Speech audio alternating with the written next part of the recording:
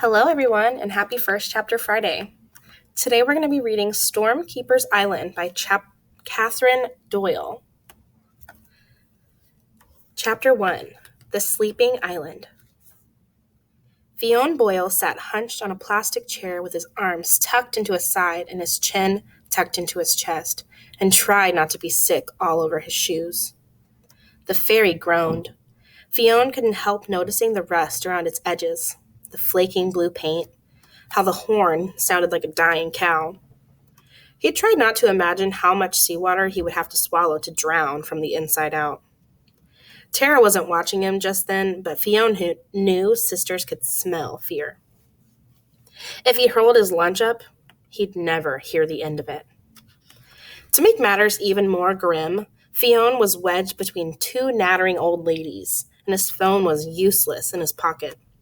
No coverage, not even one bar.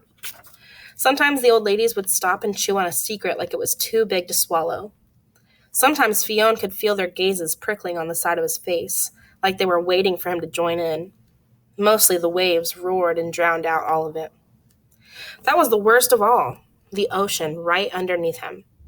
In his most gruesome nightmares, it would suck him up and gulp him down, and he would wake suddenly, dripping in sweat. The sea air burned in his lungs and stung his cheeks as he watched the mainland fade away, first to a green smudge on a gray horizon, and then to nothing at all. Already Fionn missed the Dublin smog, the clang of roadwork, and the half-finished tram tracks cutting up the city and flinging tourists from footpaths. He never thought about whether he liked it or not, the noisiness of a city constantly in motion, only that it was familiar, and to Fionn, familiarity meant home. This was anything but familiar. Tara stood at the bow of the ship, her feet planted on the railings, like she was about to launch herself into the ocean. Her dark hair whipped through the air, loose and tangled like ropes. She turned, searching the cluster of passengers for him. "Come here, Fionn. Look at these waves. They're huge." Fionn shook his head. The ferry bobbed and his stomach went with it, up and down, until the contents of his lunch started to climb up his throat. "Don't be such a baby," Tara taunted. Fionn and his sister were close in age. Fionn could even remember a time when they felt almost like friends. He supposed they'd had something in common until the day she turned 13 and he stayed 11, and suddenly she was much too wise and too clever to hang around and play video games with him anymore. "I'm mature now, Fionn. My interests have changed." Fionn didn't know how Tara measured maturity, but he was the one cooking dinner for the three of them most evenings, while Tara pawed Nutella out of the jar like Winnie the Pooh and shrieked the walls down any time she saw a spider. Tara smirked over her shoulder and then stepped higher on the boat railings, peering over the waves until it looked like she was going to dive in, just to show him she could. Fionn thought it might be nice if she tipped over and drowned a little. Not enough to die, just enough so that a fish could come along and eat the part of her brain that caused her personality to be so terrible. He went back to staring at the blurry horizon, a fixed point to help with the sickness. His mother said it would help with the motion of the boat. That was the last thing she told him before their goodbye back in Dublin, when her eyes were clear and her smile was sad. Then all of a sudden, they were in their neighbor's car. Fionn's nose pressed up against the window as they trundled across the country and left her behind.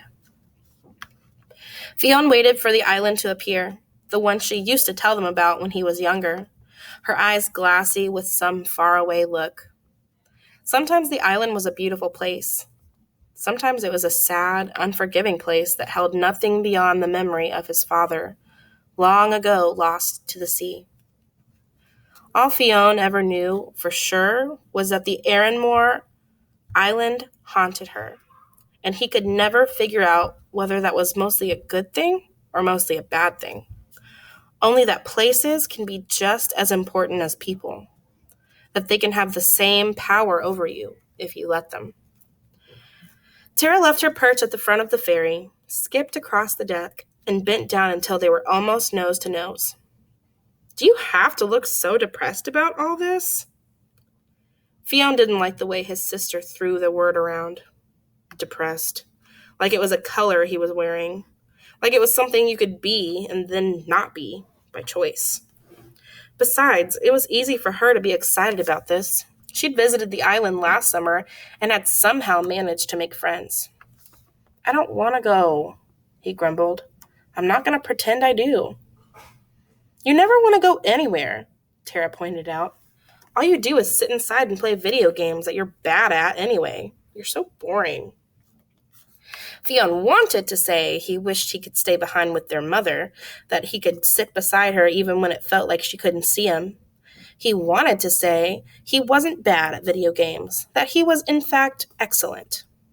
Instead, he said, "Shut up." Tara slid a Mars bar from her pocket, the result of a gas station shopping spree on the way to the ferry. Old Mrs. Waters snapping open her floral purse full of coins, smiling at them with her toothy grin. "Get whatever you want, my loves." She took a bite, her words soupy from half-chewed caramel. "It's an adventure, Fione." She glanced from side to side, then dropped her voice. "This place is magical. Just wait and see."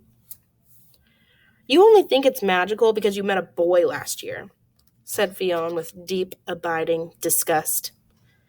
Tara shook her head. "No, actually, I think it's magical because there are secrets on the island." Fionn tried to waft the smell of chocolate away from his nose. "What kind of secrets?" "Can't tell you," she said, eyes gleaming with triumph. Fionn sighed. "I can't believe I'm going to be stuck with you all summer." "Well, I wouldn't worry because I obviously won't be spending any time with you." She wrinkled her nose, her freckles hunting together. "You can hang out with Granddad." "I already like him better than you," said Fionn quickly. "You don't even know him yet." Fionn opened his fist to reveal his crumpled up ferry ticket. "I like this piece of paper better than you." Tara brandished her Mars bar at his nose. "You're so immature." "I am not." Fionn waited for her to look the other way and then threw the piece of paper at her. He watched it tangle in the ends of her hair and felt a little better then. Across the bay, a seagull dipped and swirled, its wings skimming the waves. It released a savage cry, and as if called to attention, the island rose to meet them. Pockets of dark green grass bubbled up out of the sea, climbing into the hills that rolled over each other. Gravel roads weaved themselves between old buildings that hunched side by side along the pier, where the sand was dull and brassy. The place looked oddly deserted. It was as if the entire island was fast asleep. Aaron Moore. It was exactly how Fionn imagined it. A forgotten smudge on the edge of the world. The perfect place for his soul to come to die. Tara flounced back to her perch, and Fionn felt himself deflate like a giant balloon. He watched the faraway blurs on the island turn into people, shops, houses and cars, and too many fishing boats to count. He tried to picture his mother here, in this strange place, wandering along the pier, ducking into the corner store for bread or milk, or even standing on the shore, looking out at the ocean, with her arms pulled around her. He couldn't imagine it, no matter how hard he tried. When the ferry had finally groaned its way into port, Tara bounced onto the island without so much as a backward glance. Fionn hovered on the edge of the pier, his spine stiff as a rod. Something was wrong. The ground was vibrating underneath him, the slightest tremor rattling against his soles as though his footsteps were far heavier than they really were. The breeze rolled backward and twisted around him, pushing his hair into his eyes and his breath back into his lungs, until he had the most absurd sensation that the island was opening its arms and enveloping him. Fionn searched the jagged lines of the headland. In the distance, at the edge of the bay, where briars and ferns tussled on a low, sloping cliff, a cottage poked out of the wilderness. The smoke from its chimney curled into the evening air like a finger. The wind pushed him across the pier. The smoke kept rising and twisting, gray against the sun-blushed sky. It was beckoning him. Fionn could almost hear the whispering in his ears, a voice he'd never heard before, a voice thrumming deep in his blood and in his bones, a voice he was trying very hard to ignore. "Come here," it was saying. "Come home."